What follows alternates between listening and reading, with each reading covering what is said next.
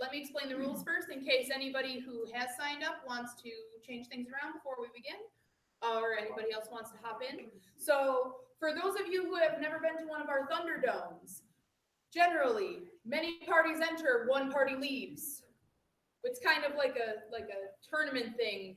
It is 2-on-2 like a Thunderdome, but there's lots of... Anyway, so what we do is, for each of our lovely contestants, or couples, one person will come up here and defend that couple. Another person will also be up here defending that couple against them. It is a direct competition. Each person will have 2 minutes to defend why their couple is better. No, let's do that. Each person will have 1.5 minutes to defend why their couple is better, and then a 30-second rebuttal. I will be keeping track of the time, and I will be yelling at you from my throne over here. Then everybody in the peanut gallery is going to vote, and the winner moves on. And we go from there. This is our lovely bracket. This is how we'll be doing the things. I'll get back to that in a second. As for the contestants, any contestants have to be, they have to be some kind of team in the canon that they're in. They do not need to be a romantic couple, but it's easy to spread the love, or maybe it's harder. So you know what Sci-Fi does to people. That was last year we described how Sci-Fi ruins relationships. And the basis on which the people will be arguing and the crowd will be voting is which couple uses their unique bond, trademark, to achieve their goals more effectively. Normally when we do a Thunderdome, it's a fight to the death, but it's Valentine's Day, so we're going to do something positive and nice, okay, guys? Yeah. Okay. With those rules, does anybody want to change what they have up here? Is there one person who's going to argue for each of these? Well, I'm going to go through them real quick. Who's doing Obi-Wan and Satine? Who's doing Carl and Ellie? Who's doing Wally and Eve? Wally and Eve, anybody? It's Joe. I wrote it down, but you have to do it. Joe's got a different one. I have Howard and Beth. Go there. You're arguing against yourself. Wally and Eve? And anybody? It'll make our lives easier. Well, if you cut, I do feel strong. Yeah, we could just cut them. Make it easier. No, it won't. It'll ruin everything. It'll be math. Okay, I'm just gonna do a little question mark here. I'll come back. Ren and Nora? Yeah, I can do it. What's that from? Ruby. Ruby. Cool. Jack O'Neill and Sam Carter, thought so. Garnet, K-Science is me. Crimson Corsair and Finn, who's that? Okay, cool. What's that from? Star Wars. Okay, good. Making sure. We are going to have a lovely halftime show in this tournament, during which we are going to do this with the lives of real people who are standing at the back in uniform. So enjoy that. Goku and Vegeta, Howard the Duck and Beverly, and Rocket and Groot. Cool. So I have to rewrite the whole thing if nobody wants to do Wally and Eve. We changed. He's doing Goku Vegeta. And who are you doing? Right now.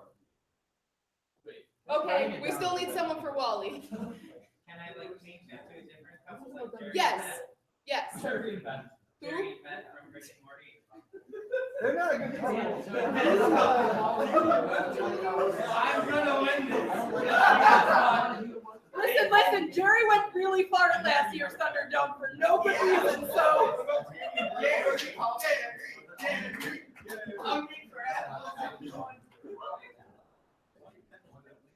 Yes. We still need one more. We still need one more. I'll even it out. Superman and Lois Lane. Oh no. Oh boy. Sorry. Wait, don't you know the rule that Superman and Goku can have at the same time? Yes. Yeah, ignite the framework. There'll be a lot of questions. Yes. For each person, for each after the fights. Okay. Right now or after the fights? I mean, after the fights. Like before voting. gonna take 2 questions for each standoff. The time on each round is 2 minutes. That's a 1.5 minute argument, 30-second rebuttal, and then 2 questions. Everybody clear on that? A minute and a half each. A 1.5 minutes each. Half a minute each rebuttal, 2 questions. Okay. I don't know half of these people who are contestants. I'm about to find out. Is everybody who's competing happy with this more or less random list and who they're competing against? Yes. Just put mine at the end. What? But mine is the best one. Oh, no. No. No. All right. So, then everyone's good? Yes. Alrighty. Then our first people, Jerry and Beth and Howard and Beverly.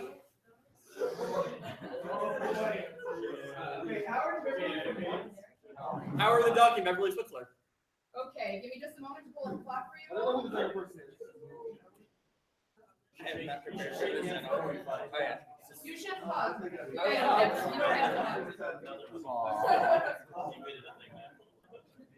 Okay. Let me just move this over here so y'all can see it.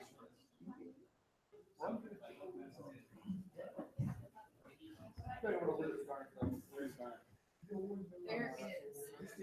Okay. This is counting up, not down. Okay. All right. Wait, when does it end? You have a 1.5 minutes to start. I'm not prepared at all. All right. We're going to start with Jerry and Beth. You have a 1.5 minutes on the clock. And go. Ladies and gentlemen, what is love? It is dysfunctional. It is irrational. Who sums up that better than Jerry and Beth? 2 of the greatest lovers since Romeo and Juliet. Why? Because in this crazy world with aliens and alcoholic fathers who appear out of nowhere, they've been managing to keep their marriage together because of the kids. So, what does that say about their strong, unique bond to achieve their goals? Well, what are their goals? That's interesting. Jerry doesn't have any, except to make people happy. What's Beth's goals? It's everything. She wants to accomplish everything. So Jerry is perfect because he has no goals whatsoever. So he is completely able to support her goals, which he messes up most of the time, but it's the support that matters. And who else but Jerry could ever be with Beth and support each other like they have, as shown in the episode, which title I'm forgetting, where it's like, it's the alien versions of their loves, and they're like, oh, they're codependent, and it's cool. That's my argument. And Perfect. all right, let me reset this. Howard and Beverly, your time starts now. You want to talk about irrational love? A human and an anthropomorphic duck from millions and billions of miles away. So an alien duck. Yes. Who, they have the greatest bond. They're not actually dating because they're human and duck, but they are as close as you could possibly get to being a couple without actually being. They have gone through many adventures. Well, they have unwillingly gone through many adventures while just trying to live a normal life in this weird, messed up Marvel world. And have tried to make the most out of it, either by trying to register with the Registration Act for the Civil War just to make money off of it, and then getting kicked out of Iron Man's side because they didn't actually have powers, or actually getting tossed into the middle of a fight. They are always together fighting, except they're not always together because I'm running out of time for this. I'll argue this next time if I make You it still next have 40 seconds. Okay, I was gonna tell a story, but I don't have time to tell a story. They always do everything for each other. Howard would do anything for Beth, Beth would do anything for Howard, and I have so much I want to say. Like, it's not them 30 seconds, so. You done? Nothing at all. Okay. You don't have to use your whole time. That's not a requirement. If you think less is more, by all means. Jerry and Beth, you have 30 seconds of rebuttal. Talking about less is more. Well, first off, for my rebuttal, I just want to say that you stated that Howard and Beverly aren't really a couple, so technicality, I got this. Secondly, anyway, but secondly, even though they fight every episode, Jerry and Beth always get together at the end. And why is that? It's because they realize they need each other. They're stronger together. And yes, they also have to pay for their kids' college tuition, which kind of is hard now since Jerry doesn't have a job. But Time. And Howard and Beverly. Go. Howard's primary goal for decades was to get back to his homeworld, Duck World. In his recent arc, he finally found a magical MacGuffin that would bring him to the one place he most wanted to go. He got to it. He was most thinking about going back home to Duck World, and where's he end up? On Beverly's front porch after not seeing her for years. Aww. That's good. She was super good. All right. Now we're taking 2 questions. Any questions? Yeah. Ducks have corkscrew. They are not a romantic couple. They are platonic life partners. I hope that answered your question. Yes. I have a question for Jerry and Beth. Yes. When Modi graduates high school, what's gonna happen? well, that's the thing. They don't know their future. They're not like super smart like Rick.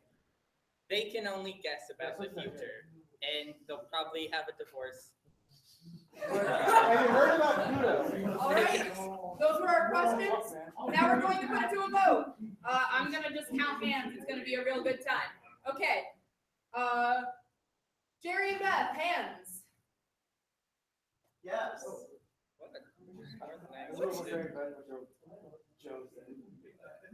They are literally made to be one of the worst couples. Okay. Howard and Beverly. Yeah. I vote for the duck. I like the corpse space. Wait, is this for Harley? 9. Wait, is that for Harley? Yes. All right. It looks like Jerry and Beth won. What's wrong with you We got people? to feel out like last year, and I'm afraid. Speechless, all of you.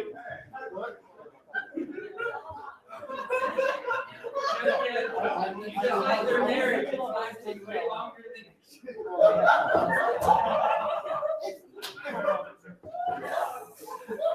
All right. Before we continue on, just because it came up, I'm going to clarify. Excuse me, everyone. I'm going to clarify.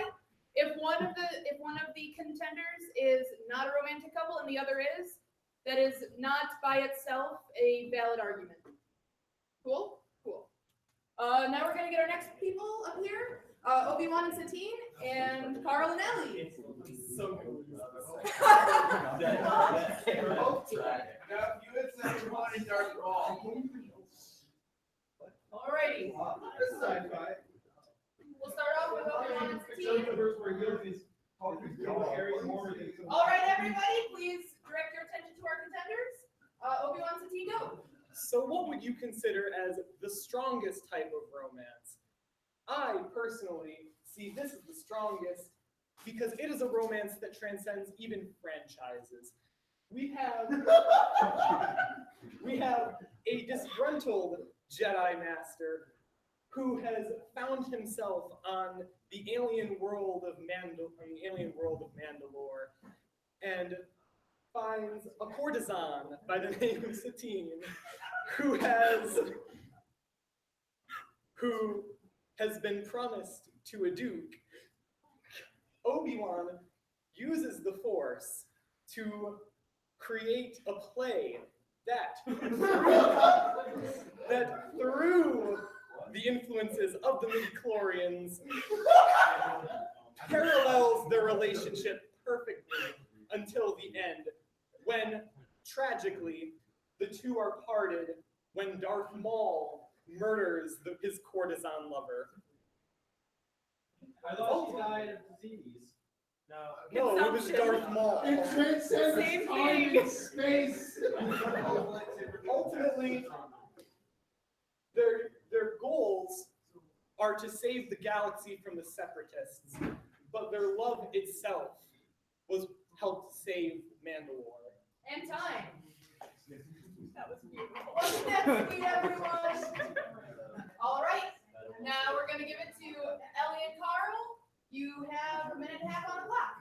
All right, so for those of you who have seen Up, just the first 8 minutes of Up, how you get to see these two wonderful people start from like little kids and they find each other and they grow old together, and it's just such a beautiful thing. Ellie is very excitable and very exciting. She's so excited about everything, and she brings such a light into Carl's life that he takes with him for as far as he can, and sweet. And the first 8 minutes of Up hurt so much, and it's so beautiful. I think I'm good. I'm gonna start crying. That may help your case. I don't need to though. No, not that you aren't good. No, I don't want to cry. I have makeup on, man. All right. A 30-second rebuttal for Obi-Wan and Satine starts now.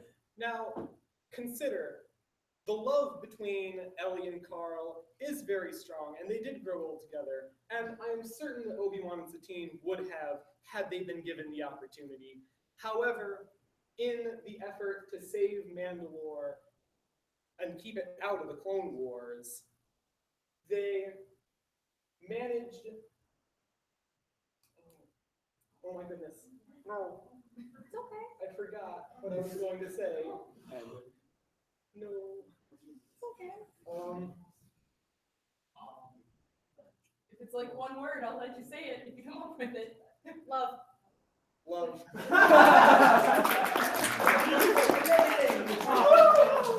All right, and now a rebuttal for Carl and Ellie. We get to see Carl and Ellie's relationship from the very beginning to the very end, and it can be all summed up into a beautiful 8-minute musical montage. And then you get the afterwards, where you see how much Carl hurts that he can't have Ellie with him. But just watch the movie. I can't spoil that. Many of you have seen Up, but I don't want to risk spoiling. All right, now we're going to take 2 questions. Yes, are your tears cried? Is it raining on your face? Joe. John, is Moulin Rouge actually canon to the Star Wars universe? Surprisingly. Excuse you, Joe. I'm not talking about Moulin Rouge. This is Star Wars. He's 100% canon. It is. It is. All right, though. may I take another question?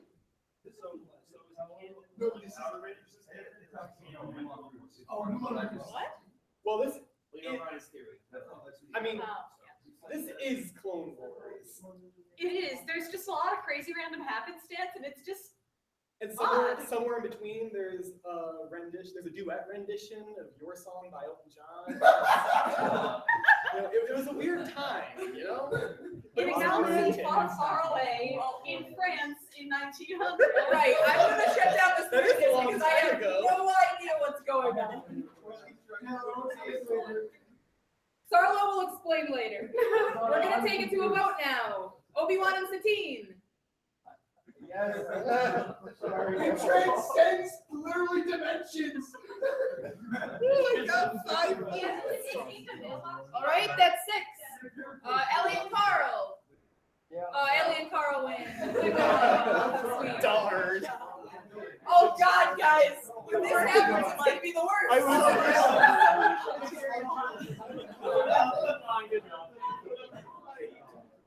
All right, another PSA. We're in a different location. We're in a smaller room with fancier but probably not better acoustics. So I just want to let everybody who's in the audience know that if you'd like to talk, to keep your voices down as low as possible. And if you're up here defending a contender, project loudly like this. Good. Okay. Now, Goku and Vegeta versus Jack O'Neill and Sam Carter. Good there. Get you up here. Here we go, guys. It's time for some nerds. We certainly are. You're gonna lose there. Alrighty. You're gonna lose. We will start with Goku and Vegeta. This isn't about fighting there. It's about love. It's about love. Yeah. Vegeta is romantic. All Yes. right. You just said it was a fight. Goku and Vegeta, you're on the clock. Okay, so here's the crux of my argument. Iron sharpens iron. So, Goku and Vegeta started as rivals, right? Goku is always looking for people to fight, to get stronger. And Vegeta appears and he's questionably stronger. So they fight, Goku gets better, and then for the rest of forever, Vegeta spends his life trying to catch up to Goku in terms of strength. So Goku goes, he fights gods or whatever, and gets wicked strong. And then Vegeta pretty much stays within 10% of his strength, or 15%, or power levels don't matter. How loves a bullshit. But he's close. So my point is, together they become the best Z fighters on planet Earth. You know, top 2. So that's how they use their bonds to achieve greatness. And that's just. All right. And I'll reset the clock. Carter and O'Neill, you're on. All right, so you were talking about basically a working relationship, right? Carter and O'Neill have one of the best working relationships without hating each other for half the show, like your two. All right. So Carter and O'Neill are such a good pair. One just needs to nod, and then they both know exactly what they're doing to beat the enemy. They have several alternate universes where they're actually married and have kids. All right. It is actually canon that in those universes they're happily together. And they also saved the planet at least 5 times in each of those universes by working together. All right. Are these people? Colonel Jack O'Neill and Major Sam Carter from Stargate SG-1. They compose one half of the best team that always saves Earth at the last minute. It doesn't matter. One is a really, really sarcastic person, and the other one is a smart-ass scientist. It's the best pairing ever. Is it just a minute? Yeah, a minute and a half. Oh, a minute and a half. All right. Unlike Derek's whole little, oh look, they're fighting to hone each other's skills. These two people work together to make up for what they lack. O'Neill lacks a little bit of intelligence, while Carter lacks leadership.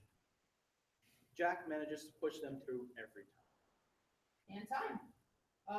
Goku and Vegeta get a rebuttal. Starting now. Okay.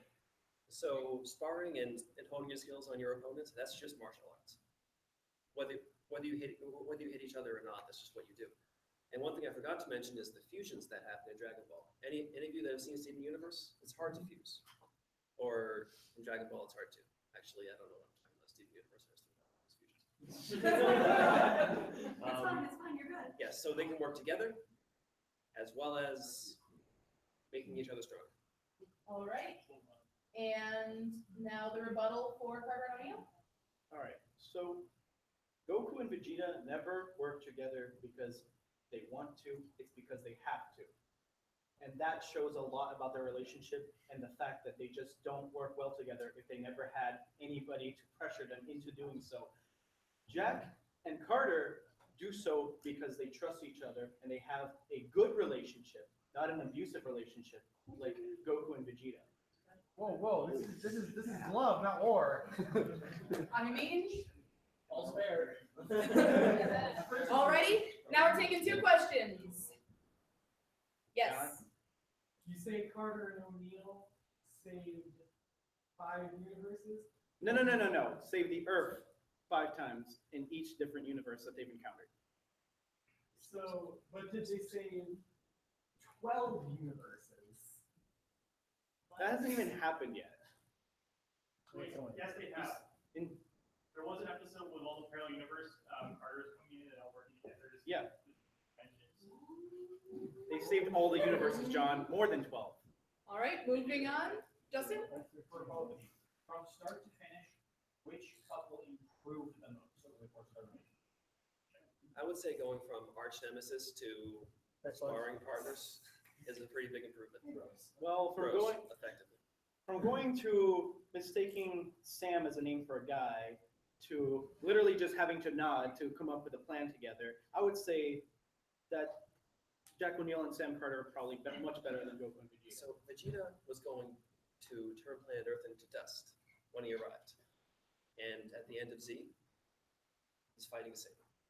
Actually, Yes, not even but at the end after of he Z. betrays everyone out of his stupid abusive relationship. All right, with Goku. all right, all right. All right. Watching the- As you can tell, passions are high up here. We're gonna take it to a vote. Goku and Vegeta.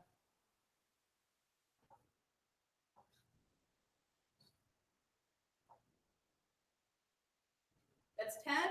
Carter and O'Neill. 9. That looks like by a hair, Goku and Vegeta. It was close. You had a good argument. I made a really good argument for characters that are practically unknown within this club. If at least 2 or 3 more people had watched Stargate, I would have won. Watch Stargate. I hear it's good. Mostly from Froyo. It's time for Ruby versus Ruby. Ask Bobby. Yes, now it's time for Red and Nora and Garden. So Ruby versus Ruby. Yes, Red and Nora from Ruby and Garden from Steven Universe. Y'all get up here. Alrighty. I think I know who I'm voting for. Alright. Okay, so we're gonna start it off with Red and Nora. Right now you got a minute and a half on the clock. Go. All right. I picture the world of Redmond. It is basically a worse version of Australia where the entire environment wants to kill you. Ren and Nora, they have been friends since they were like little kids. They have stood the test of time. They have survived a horrid world where black death creatures want to literally eat them alive.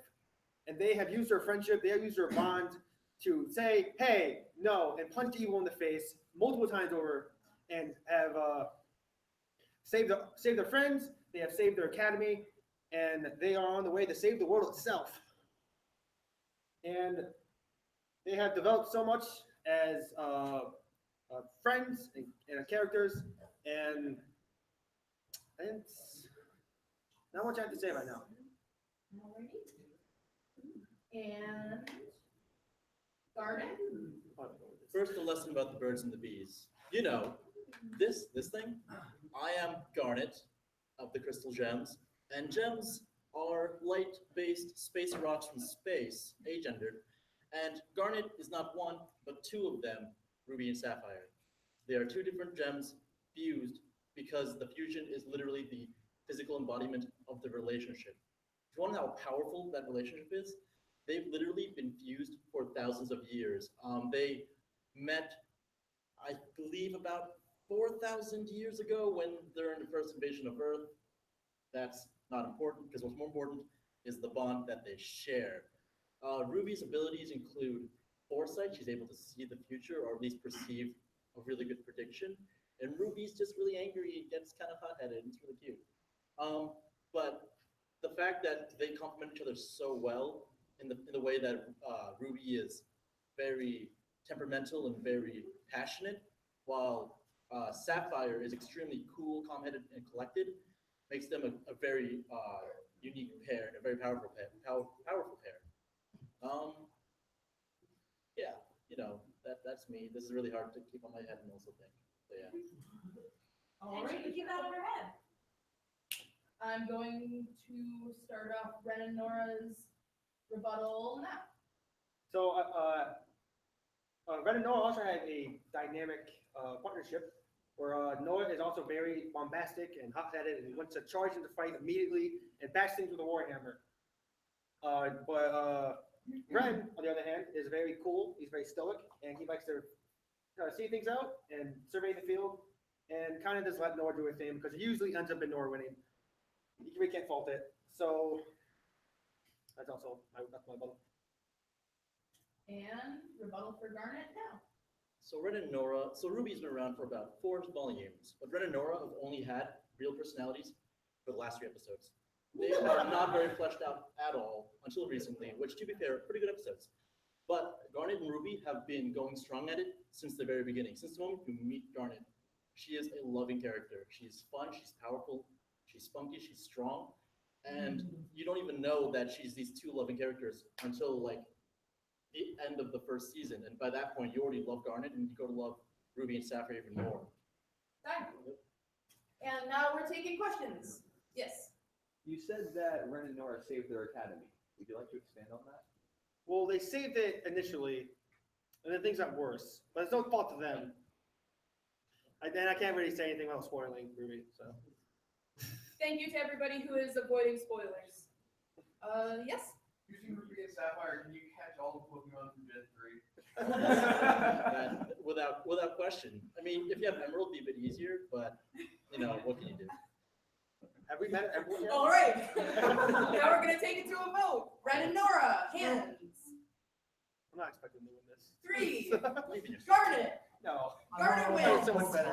Garnet is so much better. I can't. Man, Ren and Nora, how's it feel to lose to Obi-Wan's team? I'm sorry, I should have totally switched. This is a legitimately frightening battle. Both of the battles we have lined up so far in the second round are scaring the crap out of me. So let's keep going. Rocket and Groot and Crimson Corsair and Finn. Alright, which one of you sons of bitches is Rocket and Groot? Alright. Rocket Avenger goes Marvel Space Apple. Alright. We will start with Rocket and Groot. And your time starts now. Okay. Rocket and Groot are two characters from the Marvel Universe, specifically the Guardians of the Galaxy. And they perfectly complement each other. Rocket is obviously a raccoon, very small in size. Groot, on the other hand, is gigantic. Rocket, they work together as guns for hire. So in battles, their two different styles complement each other very well. Groot's all about melee. He can take a lot of damage and kind of tank it up, while Rocket is about range fighting, and he has ridiculously sized guns, like ridiculously disproportionate guns, that help him win the range fight. Additionally, Rocket is very intelligent, and one of the few people that can actually speak Groot's language, whereas Groot's more caring and actually surprisingly charismatic despite the whole language barrier. In conclusion, I think Rocket and Groot have the best unique bond of the entire group. Very nice. And now for Crimson Corsair and Finn. Alright, if you don't know who the Crimson Corsair is, he's that guy with the red helmet in Force Awakens Finn talks to get to the Outer Rim. And all you need to know is that he's a pirate, and more importantly, he's a badass, alright? Rocket and Groot may be some pretty cool mercenaries and guns for hire. The Crimson Corsair has access to literally every droid facility and base ever created during the Clone Wars because of a side story that we will get to. And basically, when Finn teams up with him, it's a match made in heaven. You have basically the Captain Jack Sparrow of space meeting up with like an elite stormtrooper. I think you mean a match made in space. Oh. Please keep comments until the end. All right, I'm going to continue anyway. And we could just imagine how great this would go. All right, you have a professionally trained soldier teaming up with one of the most successful pirates in the history of Star Wars, which goes back literally thousands of years.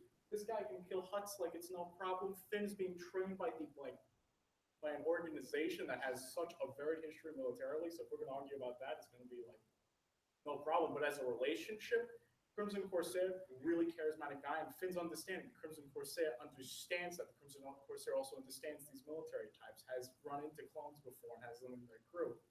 They would have really gotten along, would really meshed together. Yeah.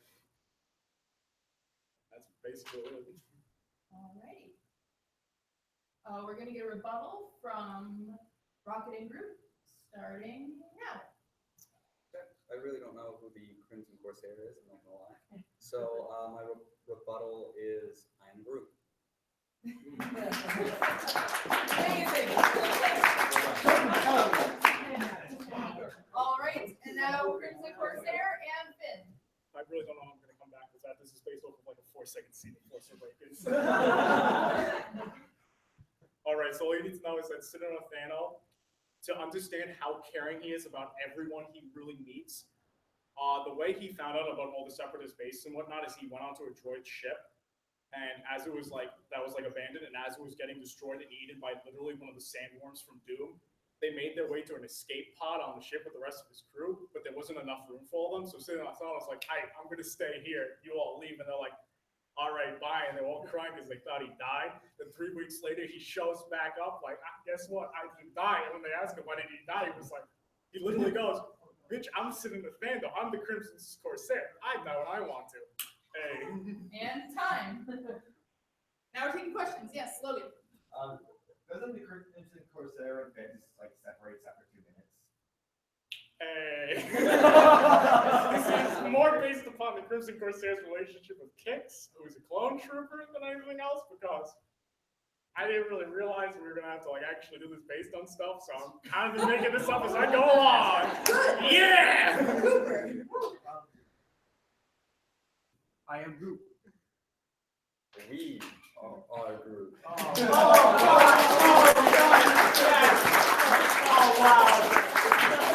right. Oh man, it's all rich. All right, guys. All right, let's take it to a vote. That hurt my heart. Relationship based on 5 seconds of an actually established relationship with 30 years of comics. Oh. All right, Rocket and Groot, hands. I'm sorry. You can't make a Star Wars pairing this soon. Look at what happened with like Luke and Leia. Look, man, that was only supposed to be a single movie. Alrighty. Is that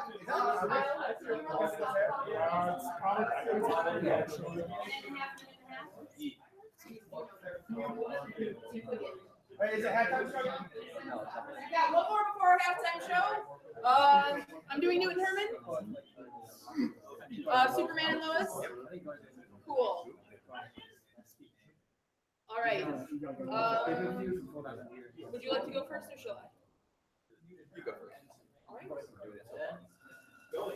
All right. So, in a world where we're all about to be killed by giant monsters from the sea, we have giant robots that fight those giant monsters from the sea. And you know what? They don't hurt. They're pretty badass. They kill a lot of giant monsters. But what saves us in the end? The power of true frenemyship. Now, Newton Herman are the 2 scientists who work on the Jaegers and the Kaiju, studying them. Now, they yell a lot to each other, mostly in German, but they have known each other for, I want to say, like 15 years-ish now. They started as pen pals. They got this crazy bond, you know, the way that you really do with a good, like, internet friend or something. And then they met and they hated each other for a while, like a really long while. But then, the last stand for humanity. It's just them and science and kaiju. Newt drifts with a kaiju, almost dies. You can see the concern on Herman's face. Then later, Newt drifts with a kaiju again, and you can see the concern on Herman's face as he decides to also drift with a kaiju with him. These are 2 drift-compatible men. That means that they can be completely in each other's minds, 100% comfortably. They get everything between them, and they just, they argue a lot. I love it. They have that true, complete bond, and they save the world because of it. Because they're able to see what the kaiju are going to do, and that is better than the Jaegers in the end. All right.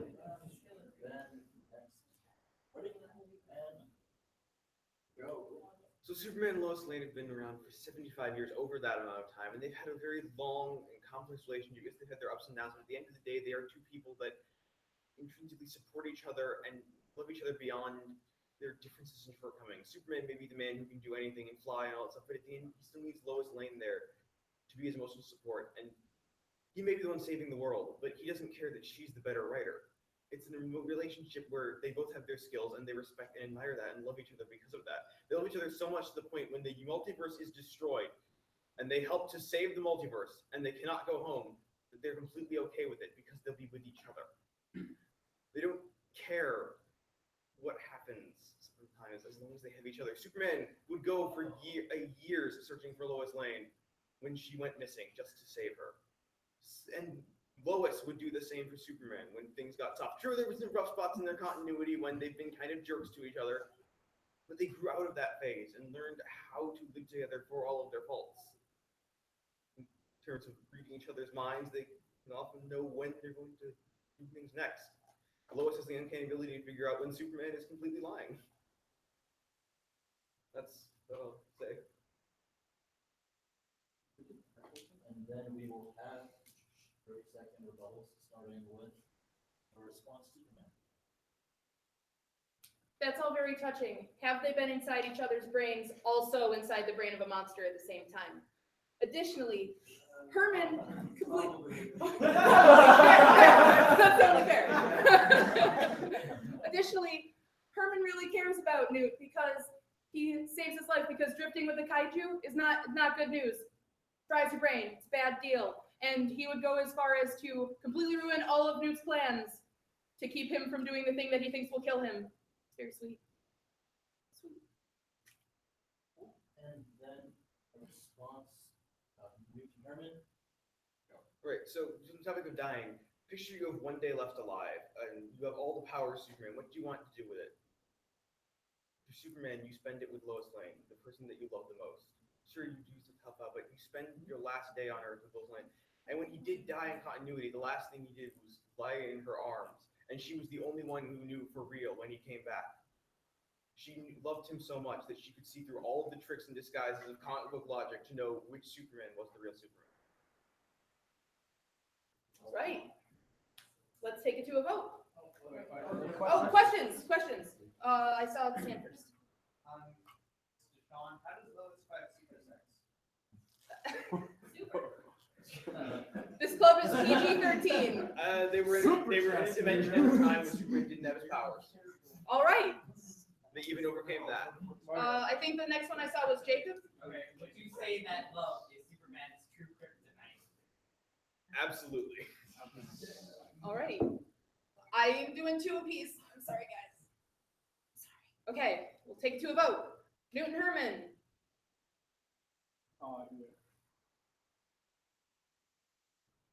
12.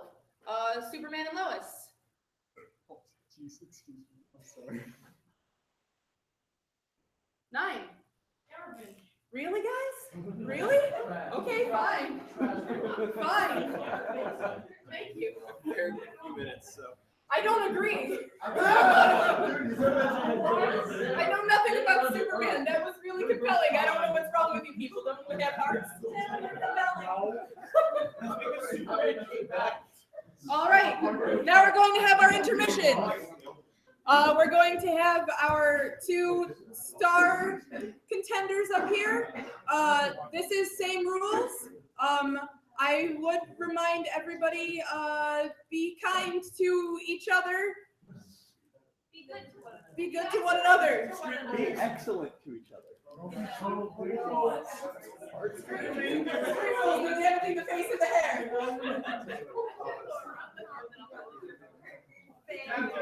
Captain. I know how much Which one? Yeah. Captain Braun. Captain Braun. Yeah. Can we remain neutral on this? You don't have to vote for any of these. Just saying. All right. And rock, paper, scissors. Take the. Oh. You all right with that? Okay. So you guys have a minute and a half. I don't know what to do either. This is gonna be fun. And go. Wait, so we're arguing on like the same stuff as? Yes. Okay. I mean, unless you would rather do a traditional battle to the death, but. Then we need to find a new first officer if something happens to her, and we need to find a new deputy head of Starfest. And the head of All right. We're gonna go on with the same rules. Everybody be kind to each other. All right, here you go. All right, do you want to go? You should go on laughing at what All right, so on this side, we have one of the oldest members of Star before we even were Star, when we were a bunch of Doctor Who nerds sitting around the table. And on the other hand, we have one of the newest members of Star who brings the perspective of someone who learned about Star after it had been established, and is bringing the perspective of a new student to the table, and yet has stepped up and taken on leading if not the most committees, one of the highest numbers of committees of anyone in Star history. And together we have covered a huge range of things that Star does. Ava has, May I? yeah. Cool. We met because of Star. I met him because he was dressed as the Doctor for a while. I knew him as that guy who dresses like the Doctor. And then we started hanging out my second year, and he made me come to Star because I wanted to hang out with him. And where is Zachary? Star.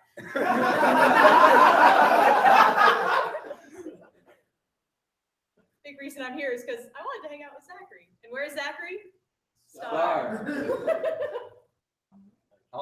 And also we have the best headwear. I like my hair, thank you. Your hair's nice.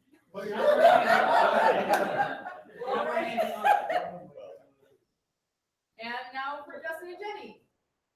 We met freshman year when Justin had a horrible bowl cut, and for some reason I still hung out with him for a while. After a year of awkwardly passing, we started dating. We recently celebrated our 4th year anniversary. In terms of science and fiction, we have gone through a number of medical conundrums together, which is kind of the science half of thing. And the fiction is thinking I could ever somehow overcome them. And yet, here I am, off of ADHD meds and still utterly insane. But I had somewhere to go with this that had nothing to do with my medical history. Star! So, we're part of founding Star. I am so bad at public speaking. That's the other thing. He's good at it. I'm not. He makes up the good half of this relationship. I'm just the crazy part. And as far as drifting would go, we are totally not drift compatible because he moves his shit. Like anybody, if they try to go on my mind, they're gonna. And between the two of us, we have one functioning set of eyes. What she didn't remember to mention is the way we actually first met. And that is a quite interesting tale on its own. We met freshman year during Humans vs. Zombies. Shortly after, I was thrown by a fellow human player into a bench which then snapped in half. I had the choice of either lying on the ground, bleeding, or getting up and playing zombie for 30 seconds. And that's what I did. And I met this crazy person. In time. All right. A rebuttal for Ava and Zachary. What? Go for it. You got this. No, I don't. We also have one working set of eyes between us. They're his.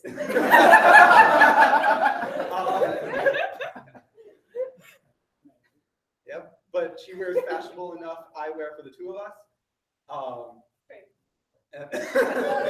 Careful. Yeah, I know. I can't see shit out of his left lens. And in terms of human versus zombies, the reason I knew her name when we actually started dating is I was the one who registered her first game of Humans versus Zombies. So we have an HVZ story too. Time. Please be careful. And that 30 seconds for Justin and Jenny. I don't want to ruin my left eye too. So the important thing here is best sci-fi couple. And this is where we have our biggest issue, because we have to invoke Star's oldest question here of are we truly sci-fi? We are giant nerds. Well, she's actually a short nerd. We aren't really sci-fi. But as anyone who has ever worked with Zach knows, he is actually a robot. By definition, we have to seed this contest because they are actually a sci-fi couple. Now,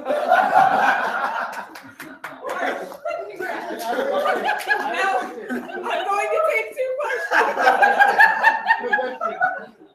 Justin, can I see your bowl cut? No. We'll post it on the group. Give it a try. Can we post it on the group? Can we get it on the Okay. Cameron, put the bowl cut on the Slack. Here we go. All right. Joe. No. I'm going to take one more question. Show you his here. Zoom type Android or Asimov Android?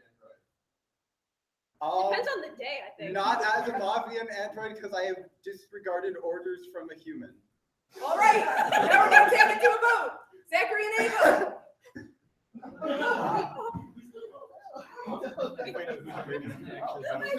Oh no.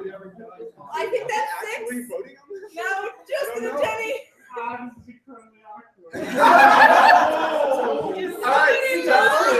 right, hold on.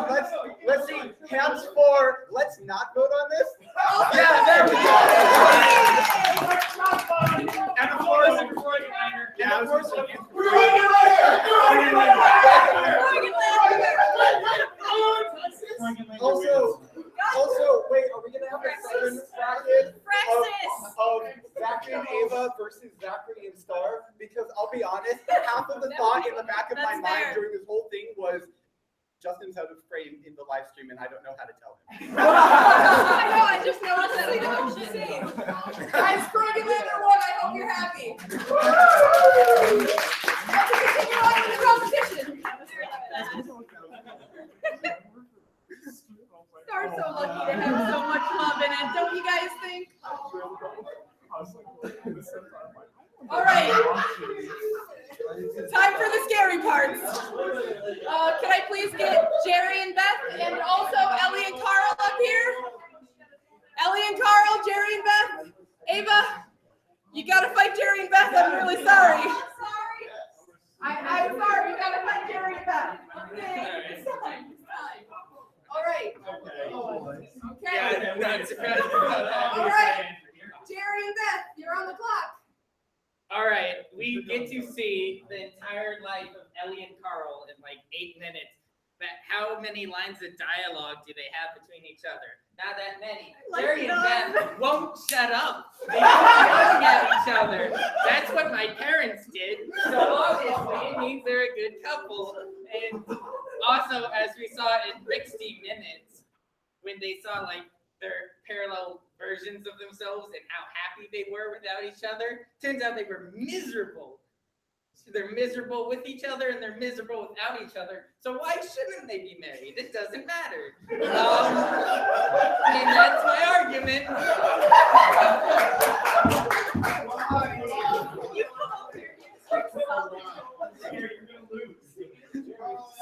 gonna be really upset if Jerry gets far in this. I actually had another quick point. Real quick. All right. Also, Jerry's game is where he pops balloons. What does Carl use balloons? Therefore, symbolically, he's destroying not only Carl but the whole Disney idea of true love. No.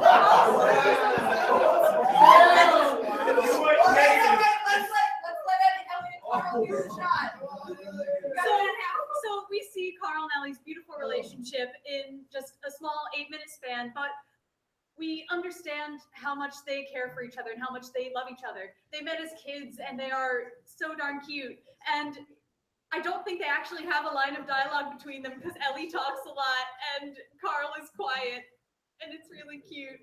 And also we get to see them like as young adults and the struggles they go through, because they go through bad times too. They can't have a kid, and that's a big thing for Ellie and Carl too. And they stick together and they make their house beautiful and they paint it cute and they're so wonderful and adorable. I'm gonna stop. It's just me gushing now. I'm and I'm telling sorry. you, if you cry, it may help your case. I'm not gonna. Okay. All right. In the name of God, 30 seconds. Okay. Some of the words that you used were beautiful, romantic, marvelous. How does this not describe Jerry Smith, the man who coined hungry for apples? What are we hungry for? Apples? What do apples represent but the first sin? Adam and Eve, Jerry and Beth. It's love, and it's good. Yes. Yes. 29 seconds. Perfect timing. Ellie and Carl, I love you. So we see how close Ellie and Carl are, even as kids, because Carl was like, he's a happy kid. He would have been pretty okay without Ellie because he's a pretty normal person. But together they just make each other really happy. And one of the big important things about this is that Carl learns to be happy without Ellie there. And it's not that he's forgetting her, it's that he's able to remember her in a healthy way, which lets him move on with his life and have another close relationship with the little scout guy. Oh, it's good. All right. And 2 questions, Cameron. All right. So the Ellie and Carl are a more traditional, better couple, obviously, but the argumentative parameters are how do they use their unique bond to achieve their goals more effectively? And Ellie and Carl never go to the waterfall, but Jerry and Beth continue to remain not divorced. Yeah. What's the question, Cameron? So the question is, what is their goal, and if they achieve it, am I wrong? Their goal is to be happy together, and what was that? Nothing. Yeah, that's right. Their goal is to be happy together, and they achieve that, and they overcome a lot of the obstacles that could break a lot of real couples apart. They're able to stay together because of how much they love each other. Their goal is love. Also, I would say their real goal is adventure, and what better adventure is there than life? Adventures out there. They literally said that at the end of the movie. Oh, I was paraphrasing. One more question. There's also that book too. One more question. It's been a long time since I've seen it. One more question. Nobody? Nobody's got Sarlo. Unless Karen has something, I have something stupid. Something stupid. Which one of them is stupider? Okay, hands. All right. Are both of you Facebook official? Wait, what? Are both ships Facebook official? Yes. Well, mine is maybe. I don't know. Someone with the interweb can check it out. It's true. Ellie did die before Facebook was a thing. All right. I think it's time to vote, guys. I'm so sorry. Jerry and Beth, hands. Yes. Yes. Yes. What's wrong with you people? Yes. I'm gonna double count. Yes. Okay. I think that's 9. My man. Now Ellie and Carl. Now. 10. By 1. By 1.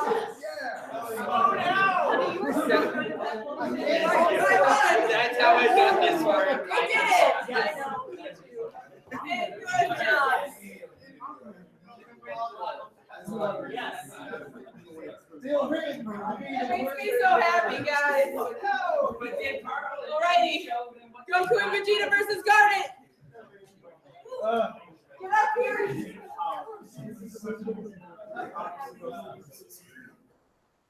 All right. We're gonna do Goku and Vegeta first, and go. What? All right, we're gonna restart.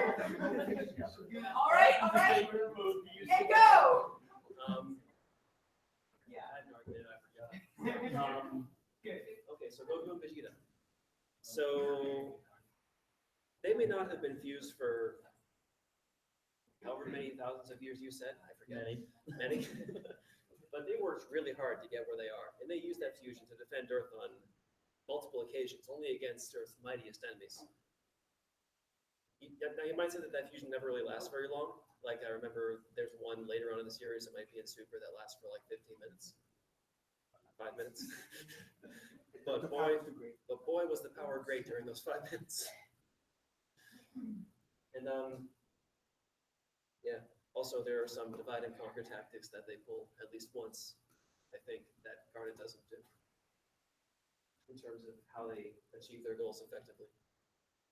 And I don't know, I feel good about my chances. Not much to say. All right. 1.5 minutes for Garnet. All I can say is, this is Garnet, back together. And I'm never going down at the hands of the likes of you because I'm so much better. Never it should be saying, go get her. I ain't following any of your fancy rules because this is 1-on-2. It's me and you.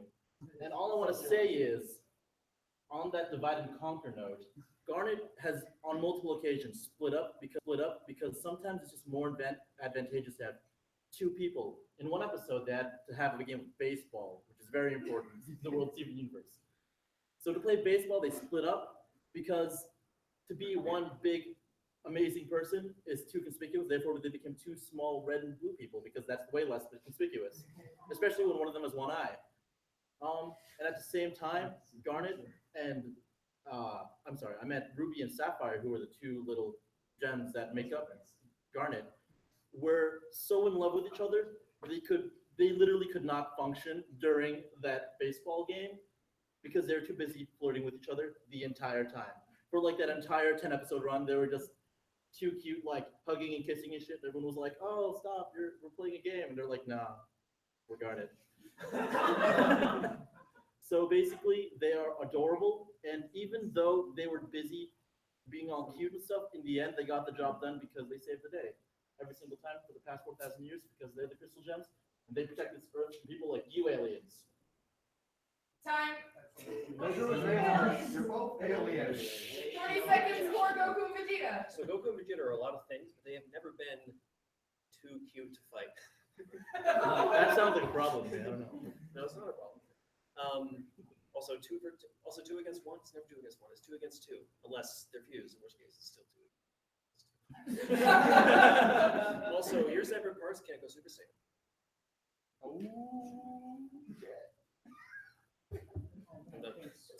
All right, questions. He gets a rebuttal, isn't it? Sure. I gotta take my head off for this. Oh!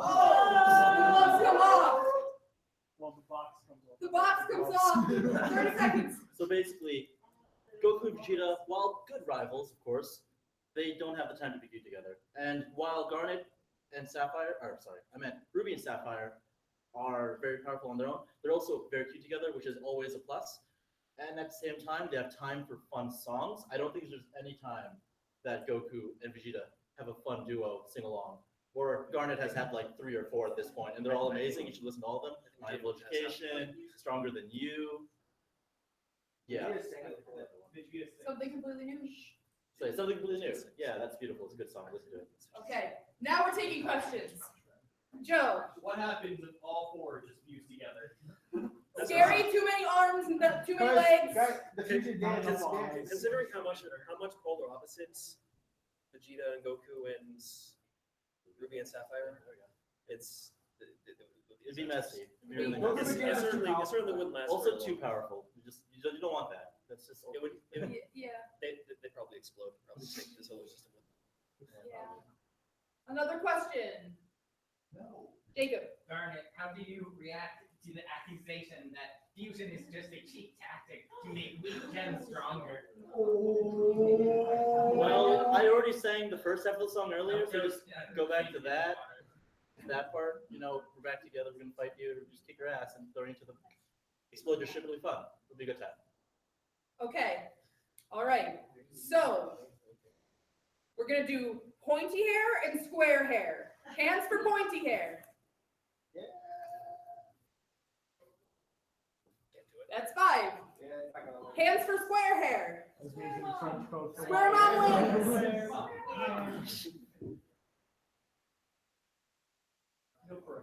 Oh god. All right, Garnet, I need you to do the thing again. Oh god. Oh god. You gotta do the thing again. Wait, I need Rocket and Groot.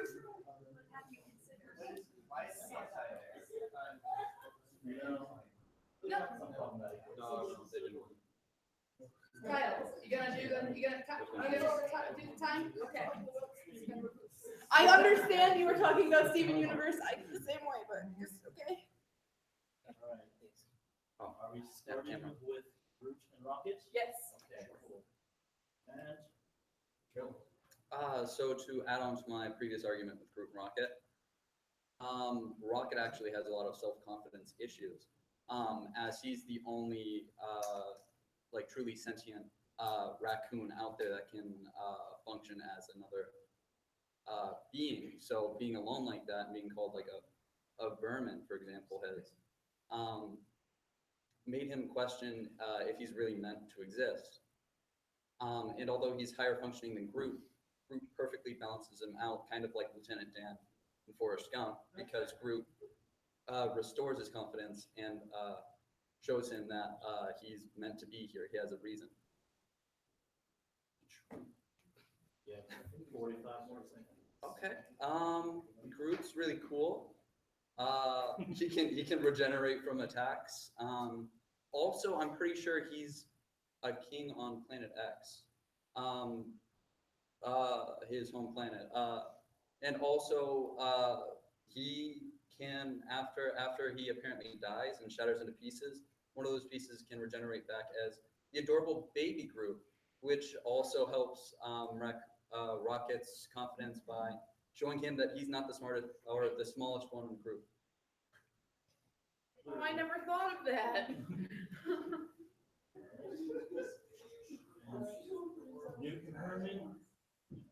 So on top of all the things I already talked about, let's talk about being compliments. So Newt is your biology guy. He's loud. He's rock and roll. Herman is your computer science guy. He is quiet. He's reserved. He probably likes classical music, that nerd. He likes chalkboards a lot.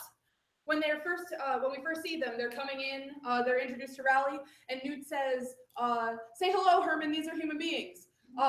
See, that was a really kind of a mean jab, but Newt really kind of does serve as a middle ground there. And in fact, they're both outsiders. Herman's got bad blood with his father, and it's really sad. He wants to build a wall. We all know that's not a good idea.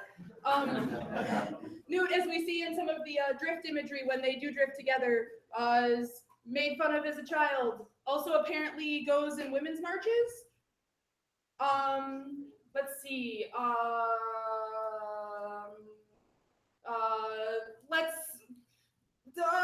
On this thing for sure. Build a wall and how you pay for it. I tried. That is the correct amount of awkwardness with which that line should be made. Yes.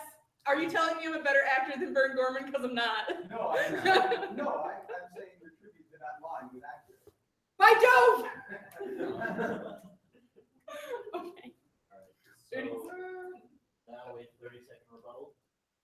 And I like to think that Rocket and Groot could drift together if given the opportunity. Rocket's sentience comes from biomechanical enhancements, meaning that his technology could potentially be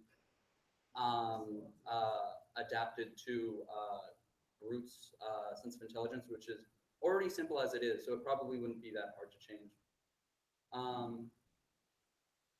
And also, I am Groot.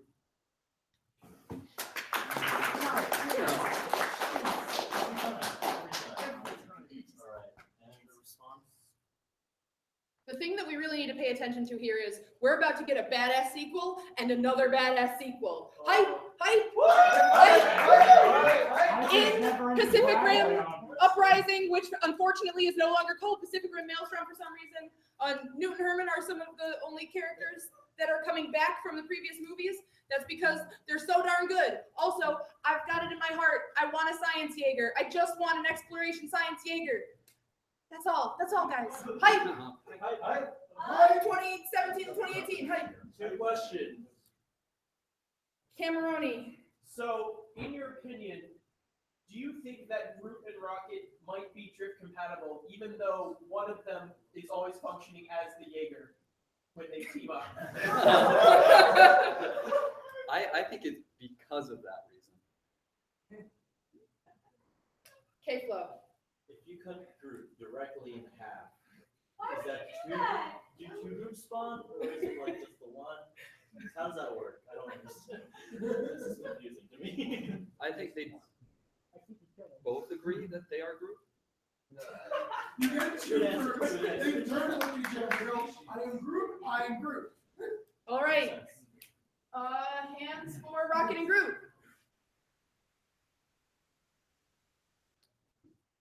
Yes. 14. Hands for K-Science. Yeah. 4. 4 versus 14. Rocket and Groot move on. Woo! Woo!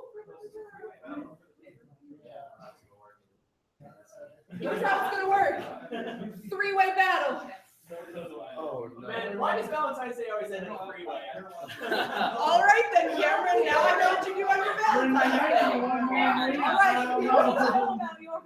Each of our 3 contenders is going to get a minute and a half, as well as a 30-second rebuttal. They should be trying to prove specifically why they use their unique bond to achieve their goals more efficiently than the other 2. This is where we really come head to head, guys. Then when we vote, everybody's got 1 vote. I'm going to count them. Excellent. Have an unfair advantage if he's going head to head. No, it's very hard to keep that box on his head. Very well protected. For how long? All right. So, as Cameron for the three-way. Oh. Ew. A minute and a half. I know there's 6 people involved. All right, a minute and a half for Ellie and Carl starts now. Okay, so Ellie and Carl, their special bond, unique bond, got there. Their unique bond enables them to love each other no matter what's going on in their lives. They support each other through everything that happens. They support each other through, well, Carl's kind of awkward and Ellie is really loud, and they just mesh with each other really well. They support each other through, they have dreams that they want to accomplish, and they can't really achieve those dreams, but they still work towards them in a healthy way. They save money, but they realize that they have to use that money when stuff happens, like if something needs to be fixed. They're a realistic couple, and they're really cute, and it's a good time. Watch up. I'm not gonna cry. Watch up. Just please watch up. It's so nice. We're not taking questions right now, I'm sorry. All right, now a minute and a half for Garnet. Okay, so Garnet, in terms of her unique bond, We got there. I know I did. So she has the ability to fuse, much like many other partners, but their fusion is very special because it's taboo in their culture. I never touched this before, but in homeworld society, fusion was only used with like gems in order to just become more powerful for fighting mostly, or for utility reasons. So the fusion of Garnet, that is Garnet, Ruby, and Sapphire, both different kinds of gems, is extremely special and very much looked down upon in gem society. So it's actually a heinous crime when they did it. And there was even the threat of complete death when they even dared to do so. So the fact that they powered through and they continue to show their love and their relationship out in the open as a person is extremely uplifting and powerful. Even in the series, they've encountered homeworld gems and they would be starting their stuff being the awesome guard they are. And they were called disgusting, vile things just for existing the way they are and important to them. So they don't hide it at all. It's just part of who they are, and that's one of the most powerful things that Garnet can teach people is to be themselves unabashedly because everyone's great. Racial discrimination for kids. That's something like that. All right, and Rocket and Groot. Okay, so I think we can all agree that each bond is very effective at achieving their goals and propelling their goals forward. But so with that established, I'd like to argue that Rocket and Groot's relationship and bond is the most unique out of the three. Now, Ellie and Carl's relationship, although it was very romantic and tragic at the end, not that out of the ordinary. You know, marriages happen all the time. There's tons of them. A lot of people grow old together. Additionally, Garnet is the result of a biological process. So you know, a biological process. So you know, it's common in that that's the way they evolve to act and evolve to work together. Even he admits on their homeworld they do come together, often for battle purposes, whereas Rocket and Groot are probably the most opposite people to bond together. Period. Okay, now we're each gonna do a 30-second rebuttal, starting with Carl and Ellie. Okay, so Carl and Ellie might not have the most unique kind of relationship, but they do have one that people like us can strive for. We can't all be awesome, super powerful gems or scientific anomalies and aliens. Both, yes, and Groot. We can't all be Groot. But, okay. But we can strive to love people and to be happy. And that's what Carl and Ellie do with the time that they have together. Cute. And now Garnet. To bring up the idea that Rocket and Groot are unique, We've listed several mercenary groups, including the Crimson Corsair and Finn, who are also mercenary groups in space. So they're basically the same kind of people. I just want to put that out there. And at the same time, there's a definite uniqueness to Garnet's relationship with herself, because despite the fact that Homeworld people fuse all the time for utility reasons, theirs is born out of love. Period. All right, and 30 seconds for group and rocket. It's not gonna be original, but I am Groot. Wow.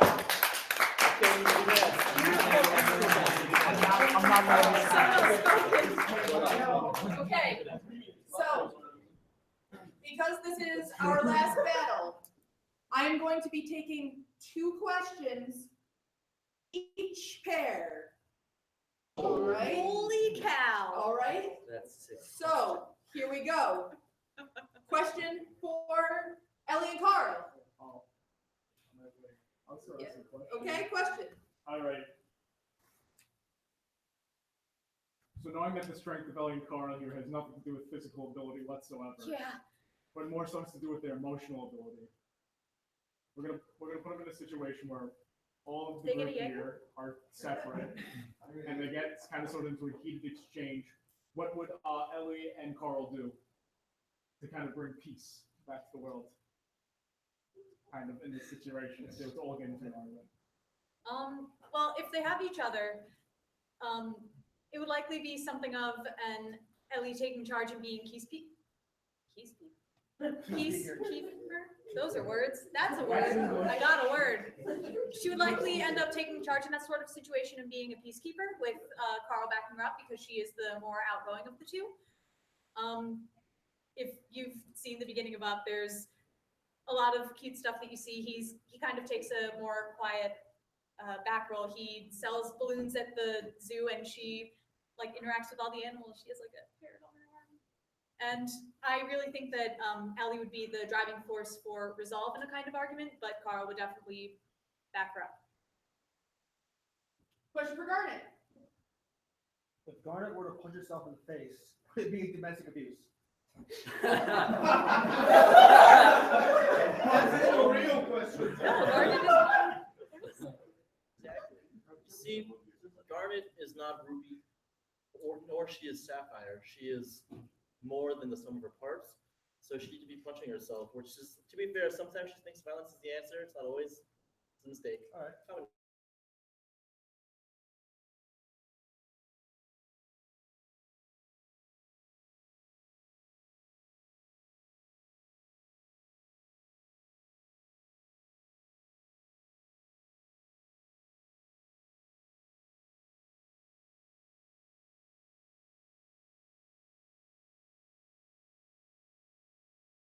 I didn't have you must incorporated.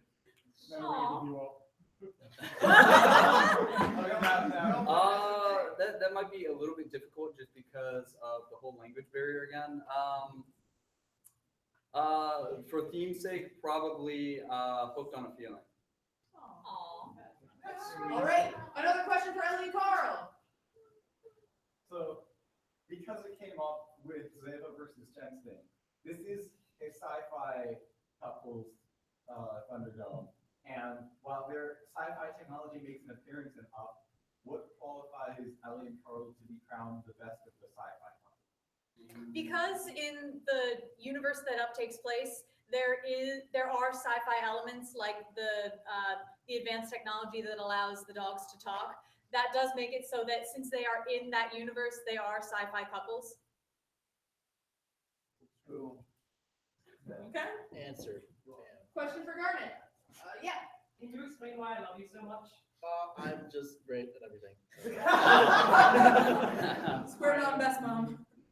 Exactly. And question for a Groot and Rocket. I am Groot. We are Groot. All right, guys.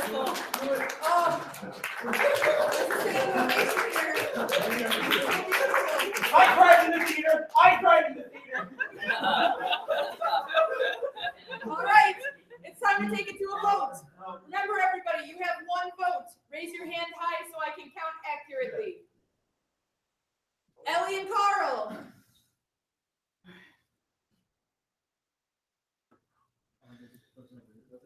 8. Garnet.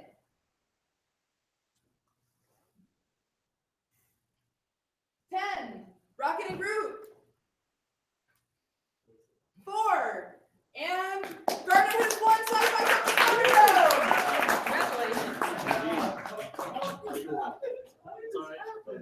It was very gross. I think I got like way too many questions. Oh no, we're good. It's very tough.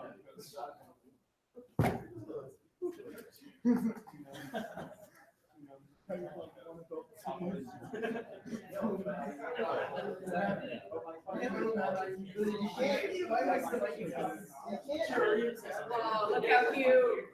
Why did Terry ready for the second round?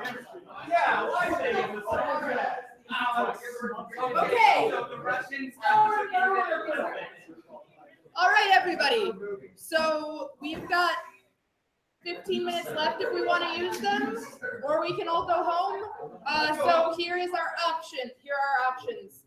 We can all depart from here and spend some more time with our loved ones, or we can spend the next 15 minutes giving a bunch of people 1-minute speeches on why X couple that is not canon is really canon, and do like a speed round. Or ships. Kirk Enterprise versus Mouse Serenity. I think that's for next year. So do we want to head out early, or do we want to do non-canon argument OTP battle? Speed round. Let me round. Speed round. Okay. I'm gonna erase this one. We're gonna just use this one. Speed round. Ender and Bean.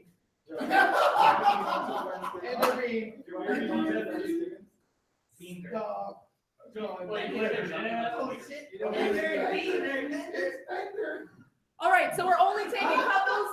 We're taking couples that are not canon, that we want to argue are really canon. I'm just gonna write them down. Who's up here? What's he got? Here we go. This is a questionable entry. They are arguably canon as of the most recent puppet show. Just because they had each other's clothes on does not mean it's canon. Snake and Cos. How do you spell it?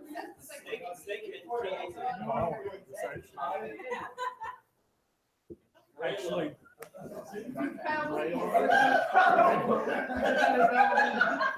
Who else? Who else is coming? Who we got? How is Leanne? You got Argus? I'm good. Okay. Who else? Skimmins. What the why? It's Bender. It's Bender. They're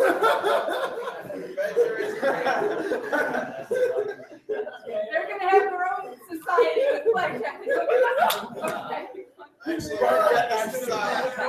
do I spell that?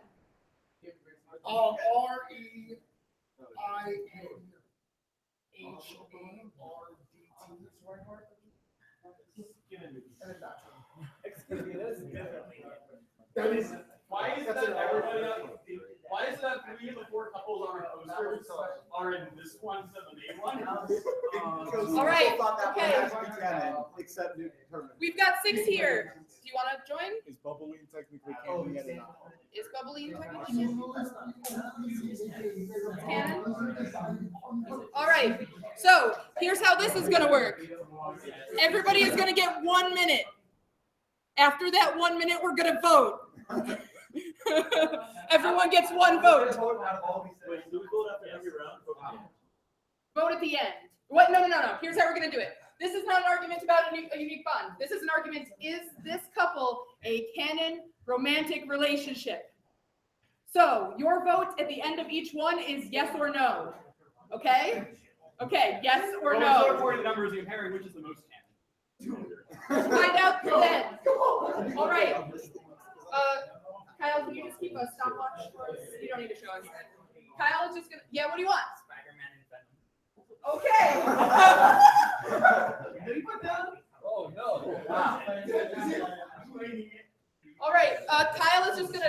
off. He's gonna yell. Oh, no.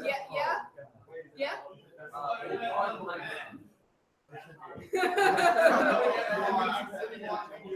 Again, we're gonna keep the inanimate objects and also ideas for another different Thunderdome. Okay. All right. We're gonna get Bunsen and Beaker first. Okay. He's just gonna yell at you when you're done. Okay. 3, 2, 1. Everyone. Hey guys, keep down. 3, 2, 1. Okay, so first of all, Bunsen always calls Beaker by the pet name Beaky. Second of all, there's an entire music video where Bunsen accidentally gives Beaker insomnia, and among the various activities that Beaker does in his house at night while he can't sleep, dinner for himself in a balloon with Bunsen's face drawn on it. Well, in the newest iteration of the Muppets, the show on ABC that ran last year, they showed up to work one day wearing each other's clothes, and when Kermit questioned them on it, Beaker started beep, and then Bunsen replied, no, if it didn't happen at work, we don't have an explanation. Canon. Damn, son. All right. So. There has been a slight adjustment to the rules. We have to be out of here in 10 minutes, so everybody who's arguing only gets 45 seconds. Joe, you're just fine. Denny, anything else? Okay, all right. Snake and Kaz.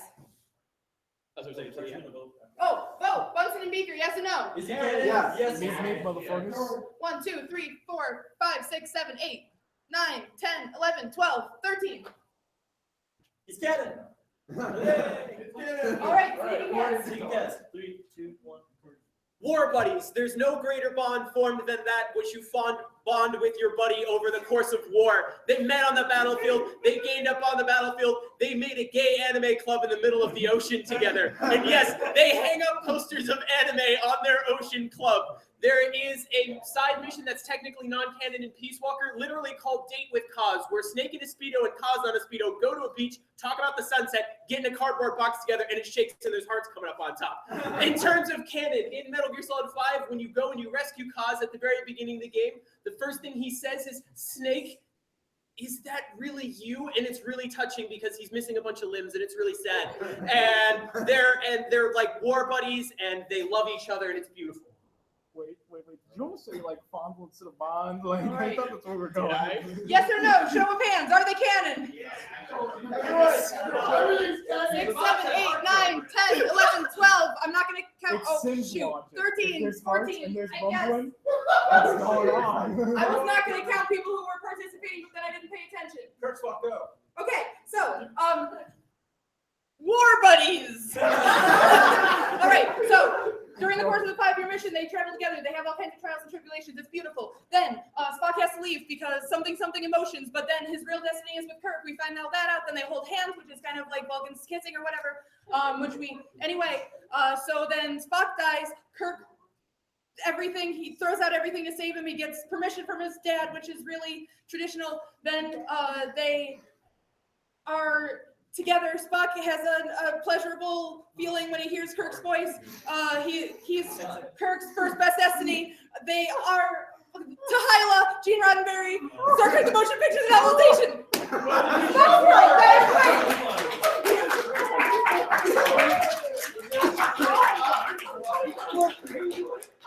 Okay. Hands, no contenders should vote. Okay. Is it canon? He's got a tingling. Because that makes more sense, or they will vote. Okay, contenders vote. I'll count again. 1, 2, 3, 4, 5, 6, 7, 8, 9, 10, 11, 12, 13. 13. Oh, we're tied. Okay. Okay. Ian and Andrew. Ian and Andrew. 3, 2, 1, go. War buddies. From childhood, these two geniuses, have grown up completely isolated from their peers because they're all super genius, because they're both super geniuses and have never had anyone they can relate to in any form. However, when the two meet at last, one is the subordinate to the other, they eventually grow close. Ender, having been isolated for his entire life up to that point, confides in Bean for the first time ever, even after his sister, whom he loved greatly, had abandoned him. Bean and Ender, as you can see, are totally gay. Are they canon? What do you think Orthodox Yes or Catholics no? say about that? Great question, but are they canon? 1, 2, 3, 4, 5, 6, 7, 8. 8. Rude. Gibbons. Joe, you want to help me out? Gibbons. You can chime in. 3, 2, 1, go. Okay, so Sky, or Daisy as she known now, and Simmons in Marvel's Agents of S.H.I.E.L.D. War buddies. No, they're not really. Apparently, that's just how we're starting all these. But actually, so from season 1, if you go back, like, thinking that this might be a ship, there's so much you're going to notice, kind of like people argued with Spurk. Additionally, in season 1, they have a safe word, and there is no, like, mission-related reason why they would have an established safe word, or why it would be that safe word. So that's kind of an indication of things early on. But then throughout the series, there's plenty of stuff. There's this moment, I think it was in season 3, where like they've been off on mission and they see each other for the first time in like half a season, and the look is like their version of boxing Kirk and 1, 2, 3, 4, 5, 6, 7. 7. Reinhardt and Bastion. Reinhardt and Bastion. 3, 2, 1, go. War buddies! They fought against each other initially in the war, but they bonded so much afterwards that they don't care anymore. And then, you know how canon it is? Overwatch, Blizzard balanced the game around it. It is literally overpowered in-game for Reinhardt to take his shield and stand in front of the Bastion, and Bastion to go behind him, and it just wrecks the team. It was serialized so early that it was in day 1 of release, and Blizzard totally knew this when they designed the game, and that's why it's canon. Done! 1, 2, 3, 4, 5, 6, 7, 8. One more, Spider-Man and Venom. Spider buddies. If we're talking about unique bonds, Venom's a parasite, and what is love but a parasite feasting off each other's emotions? Talking about parasites, I did Jerry and Beth, and this one is more stable than that. And if you saw the greatest love story of all time, Spider-Man 3, you will know that Peter Parker is much happier with Venom than with Mary Jane, and he does school. And I'm done. Are they canon? 1, 2, 3, 4, 5, 6, 7, 8, 9, 10, 11, 12. Somehow sneaking cast win. War buddies. Everybody. There's another group in here right now, so everybody's gonna head out. We love you. If you want to buy things like Valentine's or keychains or t-shirts or membership, talk to Claire or Ava or somebody. And if you would like to be at the debrief, meet us at 2740. Come to Starfest.